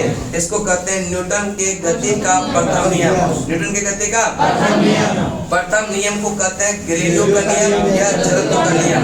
गैलीलियो का नियम या और बल की परिभाषा यह किस नियम से मिलती है? प्रथम नियम से ही। बल की परिभाषा किससे? प्रथम नियम से ही बल की परिभाषा। और जब बाह्य बल के अभाव में किसी वस्तु के अपनी विराम अवस्था या समान गति की अवस्था को बनाए रखने की प्रवृत्ति को क्या कहते हैं? जड़त्व कहते हैं। क्या कहेंगे? यानी कि अपने स्थिति को बनाए रखने की जो प्रक्रिया होती है उसी को कहते हैं जड़त्व। क्या कहेंगे? जड़त्व। अगर वह विराम में है तो विराम में ही रहना पसंद करेगा, गति में है गति में ही रहना पसंद करेगा। इसका मतलब यह क्या है? यह जड़त्व का नियम कहता है। जड़त्व का मतलब अपने स्थिति को बनाए रखना, तब तक बनाए रखना जब तक कोई बाहरी और उसको कहते हैं जड़त्व। अब जड़त्व होता है दो प्रकार का, एक होता है गति का जड़त्व और एक होता है विराम का जड़त्व। गति का जड़त्व और गति का जड़त्व करें कि वह गुण जिसके कारण यह गतिशील वस्तु किसी अवस्था में यह गति में ही रहना पसंद करती है उसको क्या कहेंगे? यह गति का जड़त्व। जैसे तेज जो है चलती हुई बस रेलगाड़ी को अचानक यह रुकने पर उसमें बैठा व्यक्ति क्या होता है, आगे की तरफ झुक जाता है। यह किसका है? यह गति के जड़त्व का उदाहरण, गति के जड़त्व का। कभी दोस्त के साथ जो है बैठ के जाइए, ठीक है। और जब बाय द वे ऐसा ना हो, लेकिन अगर बाय द वे एक्सीडेंट आ जाता है, या दोस्त आपका तेज है, ब्रेक मार दिया अचानक 120 के स्पीड में, तो आप कहाँ जाएंगे? दोस्त के भी आगे निकलेंगे। आइए आइए, ठीक है। दोस्त के भी यहाँ आगे निकलेंगे, ठीक है। दोस्त के भी क्या होगा? आगे। और आपका क्या होगा वो भगवान जानते हैं कि नहीं। अगर 120 स्पीड से चल रहा है मोटरसाइकिल और अचानक ब्रेक लगा दे, दोस्त का तो जो होगा होगा ही, और पीछे वाला कहाँ जाएगा? आगे। इसका मतलब ये भी क्या है? गति के जड़त्व का उदाहरण, गति के जड़त्व का। क्योंकि जो गति में है, गति में ही रहना पसंद कर रहा था और अचानक ब्रेक मार दिया, क्या होगा? गति में ही जाएगा कि नहीं? यह गति में ही जाएगा। उसके बाद देखिए, जब किसी चौड़े नाले को यह पार करते हैं, ठीक है, जैसे आप लंबी कूद कूदते हैं ना, तो क्या होता है, कहते हैं कि कुछ ट्रेनर के पास ये कहते हैं कुछ दूर दौड़ के आइए और अचानक ब्रेक लगाइए, ठीक है। अचानक ब्रेक लगाइएगा तो क्या होगा? ऑटोमेटिक है वो मोशने में रहेगा और ज्यादा लंबा दूरी तक छलांग मारेगा और आप क्या हो जाएंगे? पास हो जाएंगे, ठीक है। तो क्या होता है? ये भी क्या होता है? गति के जड़त्व का उदाहरण है, गति के जड़त्व का। अब कुछ विराम का जड़त्व भी तो होगा। विराम का जड़त्व करेक्ट हुआ गुण जिसके कारण वस्तु विरामावस्था में रहना चाहती है। जो विरामावस्था में रहना चाहती है उसको कहते हैं क्या? विराम का जड़त्व। जैसे कि कांच के गिलास पर जो है एक पोस्ट कार्ड रख दीजिए और उस पर 5 रुपये का सिक्का डाल दीजिए, ठीक है। और उसको अचानक जो है खींच लीजिए, वह सिक्का क्या होगा? पानी में गिरा जाएगा, ठीक है, पानी में गिर जाएगा। इसका मतलब यह मोशन पे तो पोस्ट कार्ड आया ना, और यह सिक्का अपना स्थिति को बनाए रखा और अंततः क्या हुआ? पानी में चला गया, पानी में चला गया। यह क्या होता है? विराम का जड़त्व। विराम का जड़त्व नहीं होता है कि जैसे क्लास करना रहता है किसी को, तो देखिएगा कोई लड़का क्या होता है, डेली क्लास नहीं आता है ना, तो वह क्या होता है, किसी को टेंशन होता है कि नहीं नौकरी लेना है, तो वो क्लास आ जाता है। तो डेली क्लास जो आएगा, इसका मतलब उस पर कोई बाहरी फोर्स लग रहा है कि कुछ करना है, और जिस पर जो है यह बाहरी फोर्स नहीं हो रहा है, ठीक है, नहीं लग रहा है, वो आराम से रूम में सोया हुआ है, अपना स्थिति को चेंज नहीं किया, और जो स्थिति को चेंज करके क्लास आया गया, उसका नौकरी लग गया, और जो नहीं आ रहा था वो अभी भी स्थिति बनाए हुए है कि नहीं। तो ऐसा काम नहीं करना है, ठीक है, नहीं तो आप पानी में गिरेंगे। चलिए, उसके बाद आए रुकी हुई बस या रेलगाड़ी, ठीक है, रुकी हुई बस या रेलगाड़ी, ठीक है, रुकी हुई बस या रेलगाड़ी, ठीक है, रुकी हुई बस।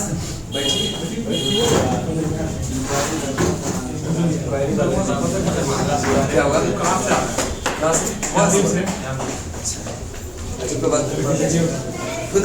किताब नहीं लाए, बगल बोल देख। चले, रुकी हुई बस या रेलगाड़ी में खड़ा व्यक्ति या अचानक चलने पर पीछे की ओर झुक जाता है। मोटरसाइकिल पे बैठिए और आपका दोस्त है, समझ ना, और अचानक क्या एक्सीडेंट दिया और आप बैठे हुए हैं, ठीक है, आराम से बैठे हुए कि चलेगा, लेकिन अचानक से वो क्या करता है? छोड़ देता है। क्या होता है? वो तो आगे चला जाएगा, पीछे। यह क्या होता है? विराम का जड़त्व। विराम का जड़त्व। किसी कोट या कंबल की धूल को डंडे से झाड़ा जाता है। जब कोट या कंबल यह है ना, अगर इसको झाड़ेंगे तो कोट या कंबल तो मोशन में आ जाएगा, लेकिन इसमें जो धूल कण है वो अवस्था चेंज नहीं करेगा तो नीचे जाएगा ना, इसलिए अवस्था चेंज करना चाहिए कि नहीं? करना चाहिए। आप लोग भी कीजिए, है कि नहीं? चलिए, इसके बाद यह किसका है? यह विराम का जड़त्व। विराम का जड़त्व। नेक्स्ट है बल, ठीक है, करेक्ट कि बल वह बाय कारक है जो किसी वस्तु की प्रारंभिक अवस्था में परिवर्तन करता है या परिवर्तन करने की चेष्टा। जैसे इस दीवार पर हम फोर्स लगा रहे हैं, ठीक है, इस दीवार पर फोर्स लगा रहे हैं, कोई चेंज होगा क्या? लेकिन परिवर्तन करने की चेष्टा तो कर रहा है ना, कर रहा है कि नहीं? यानी फोर्स नहीं लगा, फोर्स लगा रहे हैं परिवर्तन नहीं हो रहा है लेकिन परिवर्तन करने की चेष्टा कर रहा है, इसी को कहते हैं बल। क्या कहेंगे? बल। क्या कहेंगे? वह बाह्य कारक जो किसी वस्तु पर लगकर या तो उसकी स्थिति को बदल दे या बदलने की चेष्टा करे। अगर स्थिति को बदल दे, अगर इसमें धक्का दिए थोड़ा सा पीछे चला गया, इसका मतलब कार्य भी हो गया। ओके कि नहीं? चलिए आगे चलते हैं। करें कि बल कैसे मात्रक होता है? न्यूटन। क्या होता है? न्यूटन। बल कैसे मात्रक क्या होता है? न्यूटन। F बराबर जो होता है वह m into a। क्या होता है? बल बराबर जो होता है F बराबर क्या होता है? यह m into a। m यह क्या है? मास है। मास मतलब द्रव्यमान। इसका मतलब इसका क्या हो जाएगा? केजी। और अभी बताए थे एक क्या होता है? और इसका ऐसे मतलब क्या होता है? मीटर प्रति सेकंड। यानी कि फोर्स का एक और अन्य मात्रक है केजी मीटर प्रति सेकंड। फिर इसको न्यूटन भी कह सकते हैं। ठीक है, न्यूटन भी कह सकते हैं। उसके बाद आगे चलते हैं। समझ में आ रहा है सबको? चलिए आगे चलते हैं। उसके बाद है संवेग। क्या है? संवेग। करें किसी वस्तु के द्रव्यमान और वेग के गुणनफल को, द्रव्यमान और वेग के गुणनफल को कहते हैं संवेग। द्रव्यमान का मतलब होता है क्या? m और वेग का मतलब v। यानी संवेग p बराबर जो होगा, p बराबर क्या होता है? m into v। m मतलब द्रव्यमान kg और v का मतलब क्या? इसका मतलब मीटर प्रति।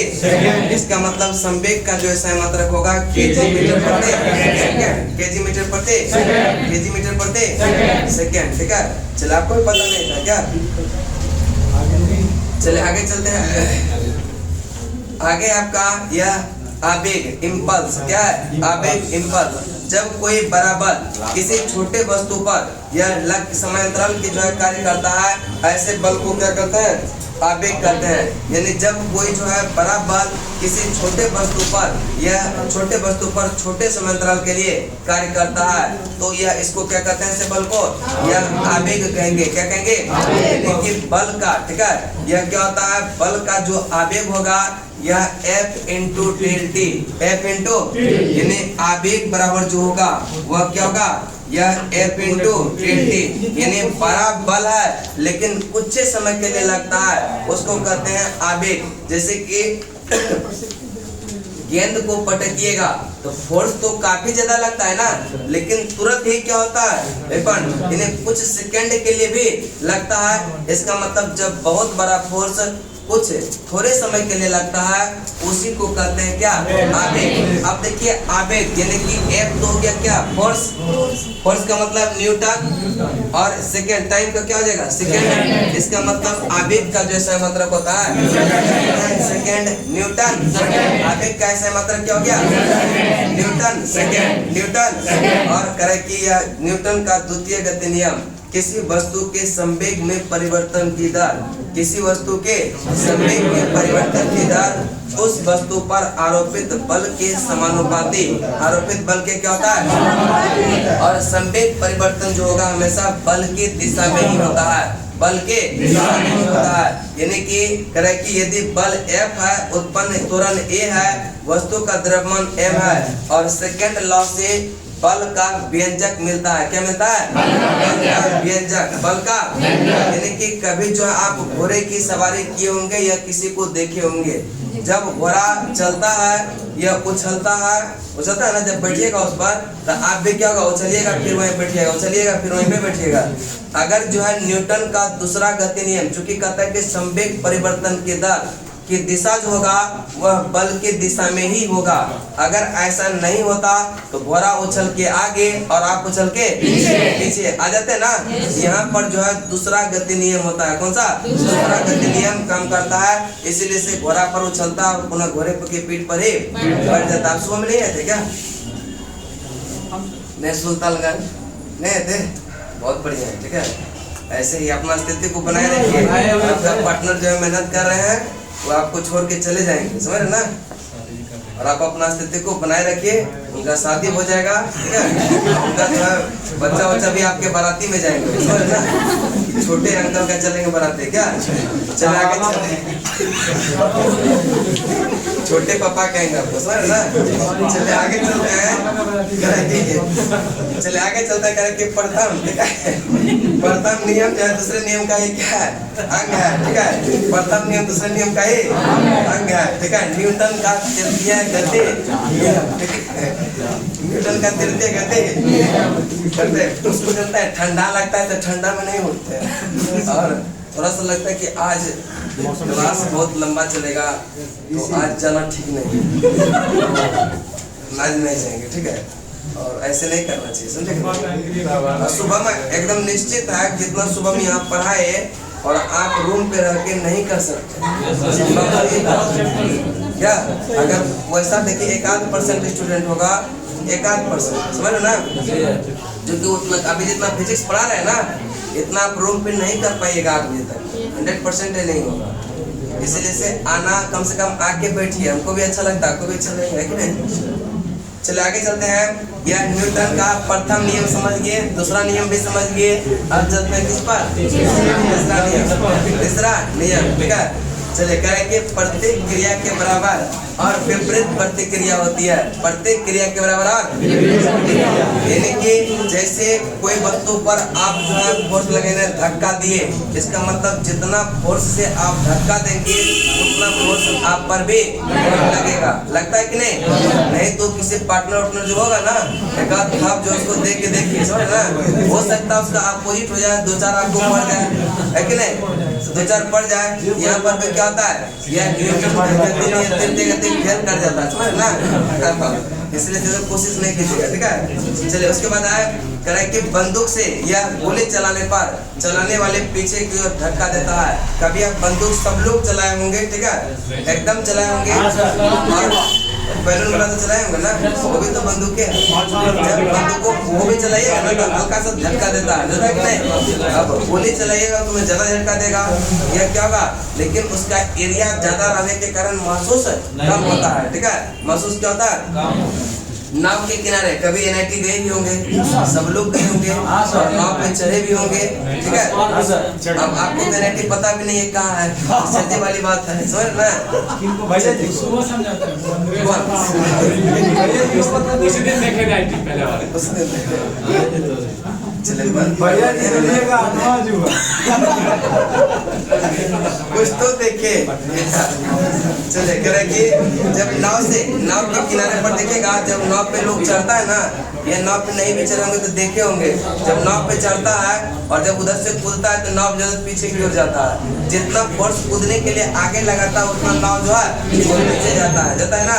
यानी कि यहाँ पे न्यूटन के तृतीय गति नियम। रॉकेट जब उड़ता है, जितना ज्यादा धुआं तेज छोड़ता है उतना ज्यादा ऊपर। नेक्स्ट है, यदि कण को किसी समूह या निकाय पर यह कोई बाह्य बल यह नहीं लग रहा है तो उस यह निकाय का कुल संवेग क्या होता है? नियत रहता है। अर्थात टक्कर के पहले और टक्कर के बाद संवेग क्या होता है? संरक्षित रहता है, बराबर होता है। उसके बाद है अभिकेंद्रीय बल। तो देखिए अभिकेंद्रीय बल जब जो है कोई बॉडी या वृत्ताकार मार्ग पर गमन कर रहा है, ठीक है, जब कोई बॉडी यह क्या होता है वृत्ताकार मार्ग पर यह गमन कर रहा होता है तो यहाँ पर क्या होगा, 2 फोर्स लगता है, एक अंदर की तरफ और एक बाहर की तरफ। बाहर की तरफ जो लगेगा उसको कहते हैं अपकेंद्रीय बल। क्या कहेंगे? अपकेंद्रीय बल। क्या कहेंगे? अपकेंद्रीय बल। और अंदर की जो तरफ लगता है केंद्रीय बल। क्या कहेंगे? अभिकेंद्रीय बल। यानी कि जब कोई बॉडी वृत्ताकार पथ पर मूव कर रहा होगा, यह अंदर की ओर जो लगता है वह क्या लगता है? अभिकेंद्रीय बल। और बाहर की ओर लगता है अपकेंद्रीय बल। जब दोनों फोर्स इक्वल होगा तभी वह वृत्ताकार पथ पर यह मूव करेगा, नहीं तो उसका एक्सीडेंट क्या होता है? निश्चित हो जाता है। ठीक है, एक्सीडेंट इसमें देखते हैं ना, कोई मतलब बाइकर होता है वो तेजी से जो है घुमा देता है, मोटरसाइकिल घुमाता है ना, और कभी कभी बैलेंस बिगड़ जाता है और वह क्या होता है? हाँ, चलने लगता है क्या।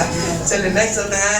अभी केंद्रीय बल जो होता है वह mv²/r क्या होता है? mv² स्क्वायर बाय आर, और अभिकेंद्रीय बल जो होता है minus mv square by R minus mv square bye.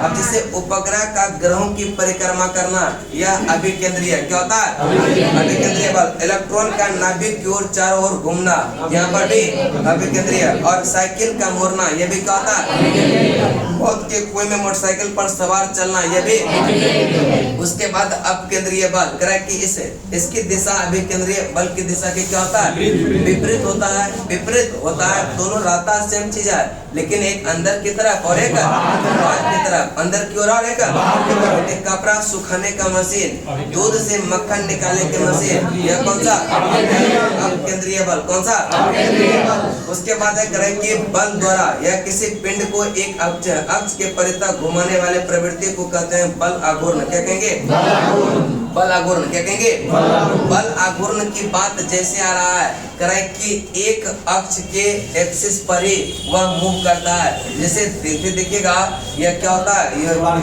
दरवाजा जो है वह एक एक्सिस पर फिक्स होता है, और कुंडी जो लगाया जाता है वह एक्सिस से दूर लगाया जाता है, लगाया था ना। क्यों, क्योंकि फोर्स कम लगे काम जल्दी हो जाए, फोर्स कम लगे काम जल्दी हो जाए। किसी का नट खोलना है, जैसे गाड़ी का ही नट खोलना होता है, तो उसका रिंच देखिएगा क्या होता है, लंबा दिया जाता है, और जहां से आप जैसे रिंच लगाए वहीं पर फोर्स लगाइए, कभी खुलेगा क्या, नहीं। जैसे कि दरवाजा का कुंडी दिया जाता है, अगर एक्सिस के ही अगर इस साइड में ही दे दिया जाए कितना अच्छा रहेगा, अच्छा रहेगा, नहीं खुलेगा जल्दी, बहुत ज्यादा ताकत लगाना पड़ेगा। इसलिए सिर्फ जितना ज्यादा दूर पे देंगे उतना कम फोर्स लगाना होता है। इसलिए देखिएगा दरवाजा के लास्ट छोर पर ही कुंडी लगाया जाता है कि आसानी से वह खुल जाए, आसानी से। यहाँ पर जो है बल आघूर्ण का जो है कॉन्सेप्ट है, किसका, बल आघूर्ण का ऐसा मतलब, चूंकि बल आघूर्ण होता है बल इंटू आघूर्ण भुजा, ठीक है, बल इंटू आघूर्ण भुजा, इसका भुजा का मतलब साइड, ठीक है, बल इंटू आघूर्ण भुजा। तो बल का क्या होता है, न्यूटन, और साइड भुजा का क्या होता है, metre, newton metre, newton metre. इसका मतलब बल आघूर्ण का ऐसा मतलब क्या हो गया, न्यूटन मीटर, न्यूटन। सरल मशीन, सिंपल मशीन देखिए किसको कहते हैं, करेक्ट। सरल मशीन किस सिद्धांत पर कार्य करता है, यह बल आघूर्ण पर ही। ये सब क्या है, मशीन ही है ना, रिंच है वो भी क्या है, मशीन है। यह जो जितना भी सरल मशीन है वह किस सिद्धांत पर काम करता है, यह बल आघूर्ण के सिद्धांत पर, बल आघूर्ण के करेक्ट। बल, सरल मशीन एक ऐसी युक्ति है जिसमें किसी सुविधाजनक बिंदु पर बल लगाकर किसी अन्य बिंदु पर रखे वस्तु का भार क्या होता है, उठाया जा सकता है। अगर एक बोल्डर दे देगा, जो बड़ा सा पत्थर होता है, अगर आपको बोलेगा कि इसको उठा के जो है कहीं दूसरी जगह ले चलिए, अगर हाथ से वह नहीं उठेगा, लेकिन उसी में एक रड ले लीजिए और उसको धीरे धीरे क्या कीजिए, ऐसे ऐसे करके आसानी से क्या होगा, वह चला जाएगा ना, आसानी से मूव कर जाएगा। यहाँ पर वह भी क्या है, वो जो आपका डंडा है या फिर रड है, वह भी एक मशीन का काम कर रहा है, यानी कि जो आदमी के काम को आसान कर दे उसी को कहते हैं सरल मशीन। क्या कहेंगे, सरल मशीन। उसके बाद चलते हैं उत्तोलक। कौन सा, उत्तोलक भी एक प्रकार का क्या है, सरल मशीन है। उत्तोलक भी क्या है, एक प्रकार का सरल मशीन। तो उसी को कहते हैं ना जो आदमी के काम को क्या कर दे, आसान कर दे, ठीक है, आदमी के काम को क्या कर दे। अब इसमें जो है 3 पॉइंट को ध्यान में रखना होता है, ठीक है। उत्तोलक में 3 पॉइंट को ध्यान में रखना होता है, ठीक है, तीनों को समझाते हैं। देखिए पहला पॉइंट है आपका आलम्ब। कौन सा, आलम्ब, जिसको इंग्लिश में कहते हैं फलक्रम। क्या कहेंगे, यह आलम्ब। कौन सा, यह आलम्ब। और एक होता है कौन सा, भार, और एक होता है कौन सा, आलम्ब, फलक्रम, और एक होता है आयास। क्या होता है, यह आयास होता है, ठीक है। इस तीनों पॉइंट को समझिएगा। आलम्ब का मतलब होता है फलक्रम, और आयास का मतलब होता है इफोर्ट, ठीक है, इफोर्ट। और भार का मतलब लोड होता है, बात समझ में आ रहा है, ठीक है। आलम्ब जो होता है फलक्रम, जैसे कोई भी जो है, जैसे कैंची देखिएगा, तो कैंची के बीच में एक पॉइंट रहता है, जिससे क्या होता है, वह फ्रीली मूव करता है ना। तो वह पॉइंट जहाँ से कोई वस्तु क्या करे, फ्रीली मूव करे, उसी को कहते हैं आलम्ब। क्या कहेंगे, आलम्ब, ठीक है। तो कैंची का एक साइड क्या होता है, हाथ से पकड़ के काटते हैं ना, तो एक साइड क्या कर रहे हैं, फोर्स लगा रहे हैं, और एक साइड लोड रखते हैं, भार रखते हैं ना, या तो कपड़ा काटिए या कागज काटिए, तो जिस साइड कागज या वस्तु को रखते हैं उस पॉइंट को कहेंगे भार। भार क्या कहेंगे? और जिधर से आप फोर्स लगा रहे हैं उसको कहते हैं आयास। क्या कहेंगे? यहाँ पर आलम्ब, भार और आयास तीनों कंफर्म हुआ कि नहीं सबको? नहीं हुआ? नहीं हो गया ना? यानी जहाँ से यह कोई मतलब मशीन जो है वह फ्रीली मूव कर रहा है, इसका मतलब वह कौन सा पॉइंट हो गया? या आलम्ब। कौन सा? सिंपल से कैंची को समझिए, ठीक है? तो कैंची सब लोग देखे होंगे ना कि नहीं देखे हैं? कोई देखे हैं, चलाए नहीं है? नहीं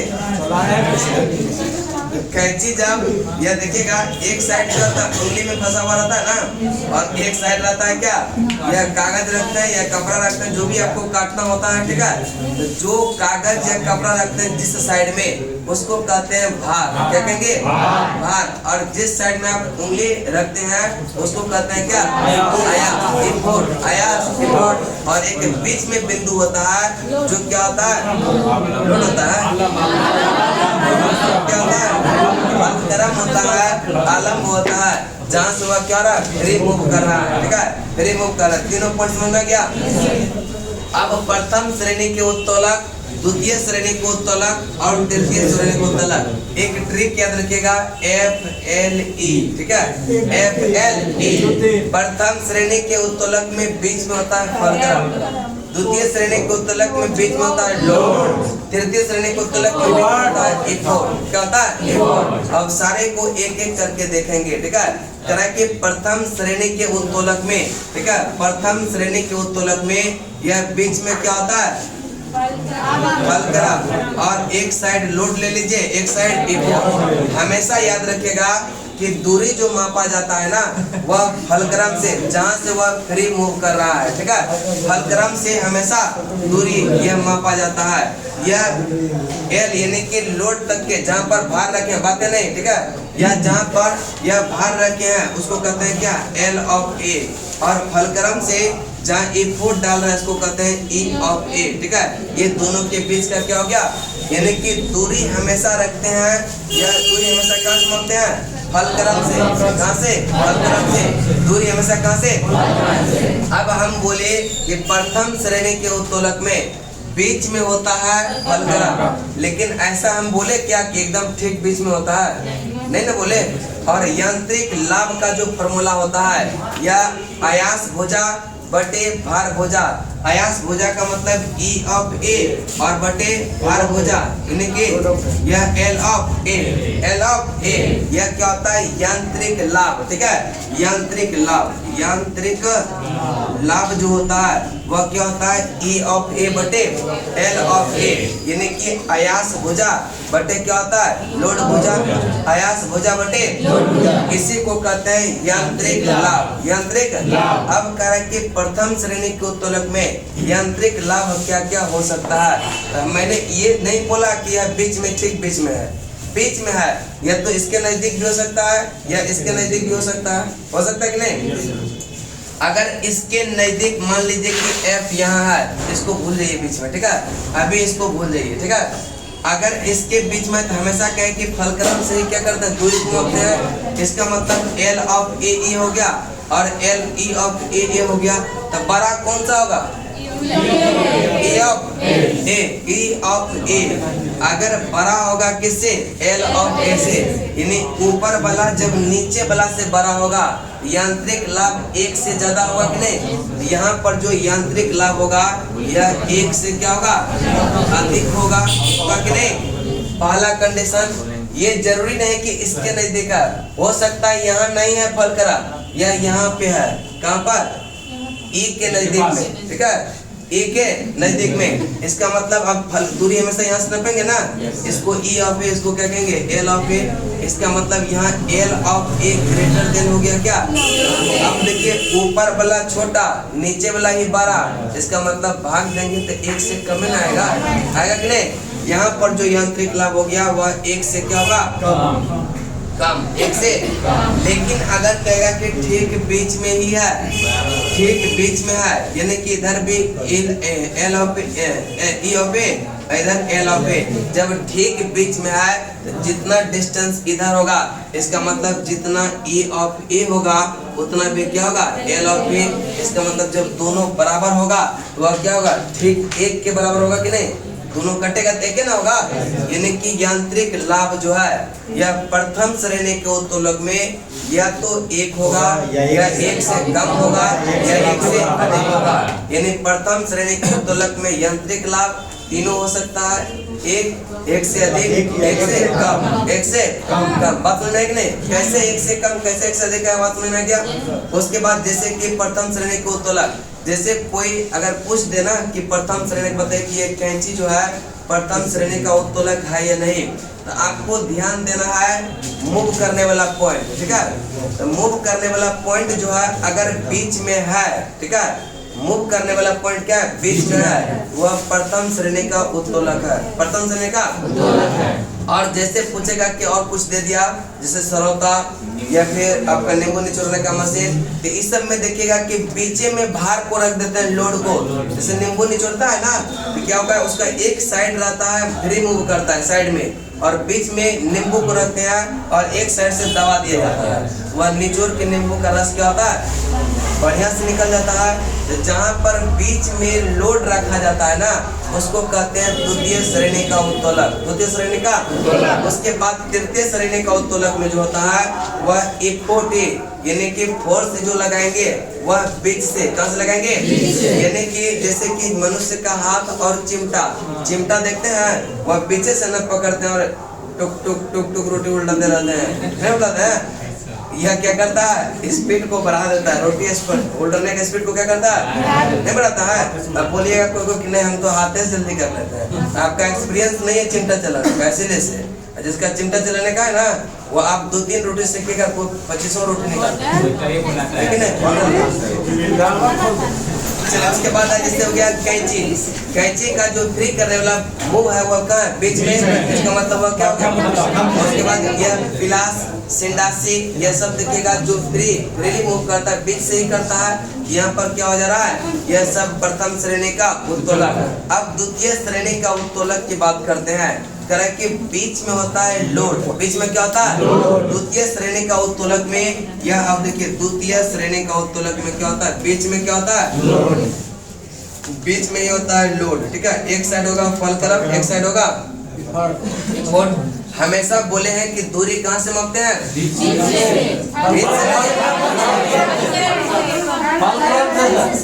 दूरी कहाँ से मापते हैं जहाँ से वह फ्री मूव कर रहा है, ठीक है, फलक्रम से। तो इसका मतलब यह F से लेकर के L तक की दूरी को L ऑफ A और F से लेकर के E तक की दूरी को E ऑफ A। तो अब इसमें यांत्रिक लाभ तो हम बताए थे कि E ऑफ A बटे L of A, L of A। अब कह रहा है कि इसमें जो यांत्रिक लाभ होगा यह क्या होगा, यह E ऑफ A सूत्र तो वही रहेगा ना बटे L ऑफ A। यहाँ जो है E ऑफ A यह हमेशा बड़ा होता है क्या L ऑफ A से, यानी ऊपर वाला वैल्यू नीचे वाला से हमेशा क्या होगा बड़ा होगा। जब बड़ा होगा तो हमेशा क्या होगा यह एक से अधिक होगा कि नहीं, एक से क्या होगा अधिक। यानी कि द्वितीय श्रेणी के उत्तोलक में यांत्रिक लाभ हमेशा क्या होता है एक से अधिक, एक से। उसके बाद है तृतीय श्रेणी के उत्तोलक, तृतीय श्रेणी के उत्तोलक करे कि तृतीय श्रेणी के उत्तोलक में इफोर्ट जो होता है यह होता है क्या, यह तृतीय श्रेणी के उत्तोलक में, ठीक है, यह इफोर्ट यानी कि जो फोर्स लगाएंगे वही क्या होता है बीच में। एक साइड होता है फलक्रम और एक साइड क्या होगा लोड, ठीक है, और बीच में क्या होता है फोर्स लगाते हैं, इफोर्ट लगाते हैं। तो अब हमेशा बोले थे कि यह डिस्टेंस कहाँ से मापते हैं, इसका मतलब यह E ऑफ A यहाँ तक और यहाँ से मापेंगे तो यहाँ तक हो जाएगा L ऑफ A। तो बड़ा कौन सा दोनों में, यह L ऑफ A हमेशा क्या होगा E ऑफ A से बड़ा होगा कि नहीं। जब हमेशा बड़ा होगा इसका मतलब यांत्रिक लाभ जो होता है वह E ऑफ A बटे L ऑफ A, यानी कि नीचे वाला ही यहाँ पर बड़ा है ऊपर वाला छोटा है। इसका मतलब क्या होगा हमेशा क्या होगा एक से कम होगा, एक से कम होगा। बात समझ में है कि नहीं। यह तीनों श्रेणी यानी उत्तोलक का तीनों जो है समझ में उनको लगता है कि अच्छा से आया होगा, नहीं आया? तो प्रथम श्रेणी को उत्तोलक में बीच में क्या? फलक्रम। डिस्टेंस हमेशा कहाँ नापते हैं? फलक्रम से। प्रथम श्रेणी के उत्तोलक में यह यांत्रिक लाभ क्या क्या हो सकता है? एक के बराबर, एक से कम, एक से अधिक, एक से और करेक्ट की प्रथम श्रेणी का उत्तोलक जो है यह बल के डायरेक्शन को चेंज कर देता है। बल कितना फोटो खींचेगा, समझ में नहीं आया? समझ में नहीं आया? बहुत बढ़िया। देखा ये क्या हो गया? वो फोटो जानता है, फोटो जो लेते हैं ना मोबाइल में रहता है, जो यहाँ याद हुआ वही पीडीएफ हम कितना भेजते हैं? डेली कुछ न कुछ भेजते रहते हैं, लेकिन उसको याद कितना? अगर क्लास में याद उसको नहीं करवाएंगे तो लगता है कि आप लोग कभी देखिएगा उसको? संभव ही नहीं है। रात में एक बार देख लेते हैं। आप बहुत तेज हैं इसलिए हाँ वही ना।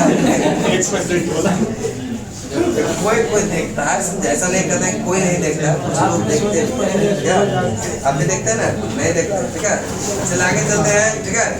प्रथम श्रेणी के उत्तोलक में बल की डायरेक्शन को चेंज करता है। बल के डायरेक्शन को फोर्स लगाएंगे इधर, काम करेगा अपोजिट में, क्या यानी बल के डायरेक्शन में। उसके बाद द्वितीय श्रेणी के उत्तोलक जो है यह बल को बढ़ा देता है।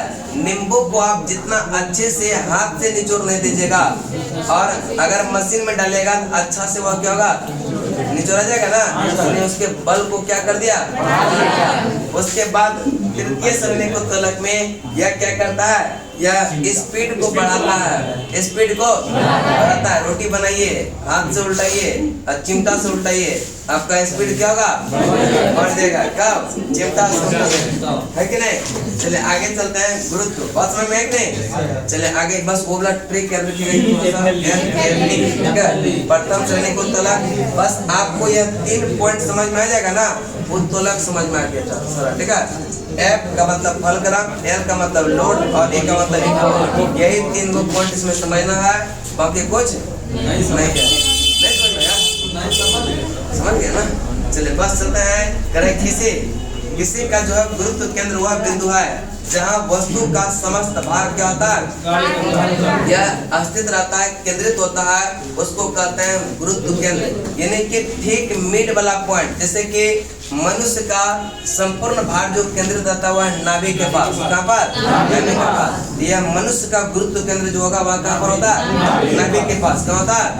उसके बाद करें कि वस्तु का भार गुरुत्व केंद्र के ठीक जो है यह नीचे की ओर कार्य करता है, नीचे की ओर कार्य करता है। यानी कि वस्तु का भार जो होगा वह गुरुत्व केंद्र के क्या होगा? नीचे की ओर। हमेशा भार होता है m into g। m into m का मतलब मास, और यानी कि भार तो होगा m into g, मतलब भार तो चेंज होगा लेकिन मास कभी चेंज नहीं होगा। यह भार डिपेंड करता है किस पर? g पर। जहाँ पर g का मान 0 होगा भार भी क्या हो जाएगा? हो जाएगा कि नहीं? जहाँ पर g का मान अधिकतम होगा भार भी क्या होगा? जहाँ g का मान न्यूनतम होगा भार भी क्या होगा? चलिए उसके बाद संतुलन 3 प्रकार के होते हैं। अस्थायी संतुलन, अस्थायी संतुलन और एक होता है उदासीन। अस्थायी, अस्थायी और यदि कोई वस्तु उसके जो है संतुलन स्थिति से थोड़ा सा विस्थापित किया जाए और बल हटाते ही वह पुनः यह क्या होगा? अपने पूर्व स्थिति में आ जाती है, तो यह ऐसी यह संतुलन को क्या कहेंगे? अस्थायी। यह उसमें फोर्स लगाइए, है ना, बैग रखा हुआ आप लोग का, उसको थोड़ा सा खिसकाइए, जैसे हटाएंगे फिर अपना स्थिति ले लिया ना, तभी देखिए खिसका के देखिए, ठीक है। यहाँ पर क्या होगा? यह अपना स्थिति पुनः जैसे फोर्स हटाएंगे वह अपना स्थिति में आ जाएगा, उसको कहते हैं अस्थायी संतुलन। क्या कहेंगे? उसके बाद यदि उसके यह संतुलन अवस्था से थोड़ा सा विस्थापित करके छोड़ दिया जाए, पुनः वह संतुलन की अवस्था में ना आए, उसको कहते हैं अस्थायी। ढलान होता है ना, ढलान में कोई गोल चीज दीजिए और वह रख दीजिए, अस्थिर है, हल्का सा फोर्स लगाए वह स्थिति में आएगा, चलते रहेगा जब तक उसको ढलान मिलते रहेगा। चलिए उसके बाद यदि किसी वस्तु के संतुलन की स्थिति से थोड़ा सा विस्थापित किया करने पर यह गुरुत्व केंद्र उसी ऊंचाई पर बना रहता है तथा छोड़ देने पर वह नई स्थिति में क्या होता है? संतुलित हो जाती है, उसको कहते हैं क्या? यह संतुलन उदासीन संतुलन कहलाता है। क्या कहलाता है? अब करें कि किसी वस्तु के यह अस्थायी संतुलन की 2 शर्तें होता है। और करें कि पहला शर्त है कि वस्तु का गुरुत्व केंद्र जितना ज्यादा नीचे रहेगा उसका अस्थायित्व क्या होता है उतना ज्यादा बना रहता है। ठीक है, जितना ज्यादा यह देखते हैं ना पेड़ जो है जितना ज्यादा छोटा होता है वह आंधी में उतना ज्यादा कम नुकसान पहुंचता है ना, जितना ज्यादा लंबा होता है वह जल्दी क्या होता है। यहाँ पर अस्थायी संतुलन जो है वह उसका लंबा वाला वृक्ष का उतना ज्यादा नहीं होता है जितना क्या होता है छोटा वृक्ष का, क्योंकि उसका गुरुत्व केंद्र अधिकाधिक नीचे है लेकिन उसका जो है लंबा वाला का वह ऊपर है। जिसका ज्यादा नीचे रहेगा हवा तो उतना चल रहा है ना और सब पर बराबर ही लग रहा है, लेकिन अस्थायी संतुलन के कारण लंबा वाला वृक्ष पहले गिर जाता है और छोटा वाला वृक्ष बाद में यह तो नहीं ही गिरता है। उसके बाद गुरुत्व केंद्र से होकर जाने वाली ऊर्ध्वाधर रेखा यह आधार के से गुजरनी होती है। यहाँ पर भी क्या होता है अस्थायी संतुलन होता है। उसके बाद यहाँ तक आपका 2 चैप्टर क्या होता है कंप्लीट होता है। तीसरा चैप्टर है आपका कौन सा गाड़ी ऊर्जा गाड़ी ऊर्जा और शक्ति। जब किसी वस्तु पर बल लगाने से वह विस्थापित हो जाए उसे जो है इस बल के द्वारा कार्य किया जाना चाहिए। और उस अगर जो है किसी विस्थापन बल की दिशा में हो उसको कहते हैं F इंटू एस, यानी कि फोर्स, यानी जो कार्य होता है जब किसी वस्तु पर बल लगाने पर वह विस्थापित हो जाता है तब क्या होता है वह कार्य हो जाता है। ठीक है, इसको जो है ना बत्ती खोल लीजिए। कितना घंटा का हुआ? 1 घंटा 29 मिनट। 1 घंटा 29 मिनट। उसको सेव कीजिए दूसरा